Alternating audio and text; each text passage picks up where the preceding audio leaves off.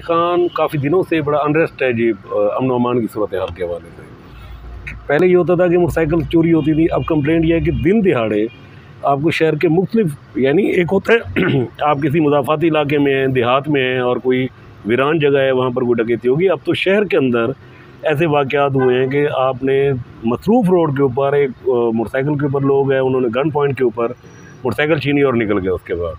तो ये जो अनरेस्ट हुआ है और ये जो अमन अमान की सूरत हाल है, ये आपके नोटिस में होगी, इसके ऊपर क्या? ये आज ही तो नहीं जी, ये तो तकरीबन पिछले 4 आप रिकॉर्ड उठा के देख लें, मैं इस चीज़ पे बात करता आया हूँ। जब चीफ मिनिस्टर इस ज़िले के थे तब शायद इससे भी बुरे हालात थे जो आज हालात हैं जी, तब इससे भी बुरे हालात थे। और मैं बार बार इस चीज़ को हाईलाइट और पॉइंट आउट करता आया, इंतज़ामिया पे भी, हुकूमतों पे भी, पब्लिक पे भी। और आज तो खैर वो सियासी जो एक रेट और गिरफ्त होनी चाहिए ज़िले इंतज़ामिया के ऊपर, वो तो है ही नहीं ना, नज़र ही नहीं आ रही कहीं, तो है ही नहीं। और सपोर्ट तो अपनी चीफ मिनिस्टर की टीम कौन होती है? उसके इलेक्टेड नुमाइंदे।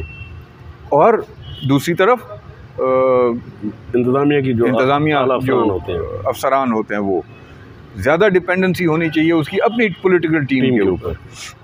और उस पॉलिटिकल टीम के विजन को आगे बढ़ाना चाहिए इंतज़ामिया को।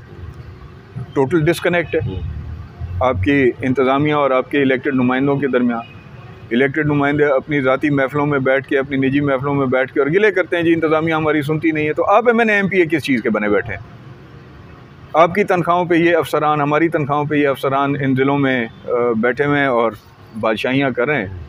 और अगर आप में ये सलाहियत और आप में ये हिम्मत और आप में ये क़ुव्वत नहीं है कि आप लोगों के मसाइल के हल के लिए उनसे वो काम ले सकें जिन कामों के लिए वो इन ज़िलों के अंदर, इन इंतज़ामिया के अंदर पोस्ट हुए हैं, फिर कसूर किसका है? नहीं, कसूर तो मेरा ख्याल है सर, जो अब तक की जो सियासी जो हमारे मुंतखब इलेक्टेबल्स हैं या नुमाइंदे हैं यहाँ से, उनकी तो कोशिश यही रही है कि किसी तरीके से मेरी DPO साहब के साथ, RPO साहब के साथ की तस्वीर आ जाए, मेरी उनके साथ फोटो सेशन, दुआ सलाम हो जाए, सेल्फी कोई बन जाए, तब हमारा, यानी आम आदमी सफ़र कर रहा है, बड़ा बुरे तरीके से सफ़र कर रहा है कि जी उसकी सर मेरे ना जान महफूज है ना माल महफूज है। में ये बात आई कि मैं नाम नहीं लेता, लेकिन हमारे एक नुमाइंदे DPO के पास 10 काम लेके गए। DPO ने उसमें से 1 काम या 2 काम जो है वो मौके पे कर दिए, बाकी उन्होंने कहा कि जी मैं इनको देखता हूँ। तो वो बड़े बगलें बजाते हुए बाहर निकले कि जी मैं 10 काम लेके गया था, उनमें से 2 काम मेरे जो है वो करा है हूँ मैं। ये लेवल है यार, ये कामयाबी थी, ये कामयाबी है। तो इसका मतलब ये है कि ये अमन अमान की सूरत हाल कंपैरेटिवली बेहतर होनी है कहीं पर, या क्या करना चाहिए आप इनको? थाने लेवल के ऊपर बेपनाह करप्शन है, यकीन करें, बेपनाह करप्शन है।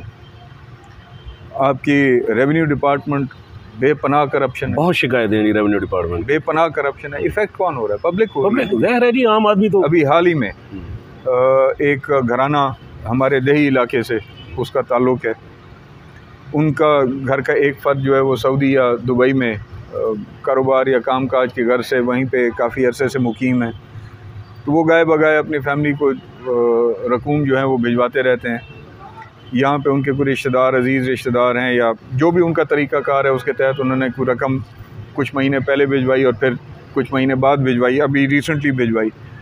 जिस दिन ये दूसरी ट्रांच उनके घर पहुँच रही है, उसके अगले दिन उनके घर में डकैती हो रही है और 95 लाख रुपया जो है नकद, और सुनने में यह आया कि 8-10 तोले सोना जो है वो उनका लेके और फ़रार हो गए। आज तक मकसद है उसका कोई सुराग, यानी आज मेरे ख्याल में 3-4 दिन है, आज तक उसके ऊपर कोई पेशरफ्त नहीं है।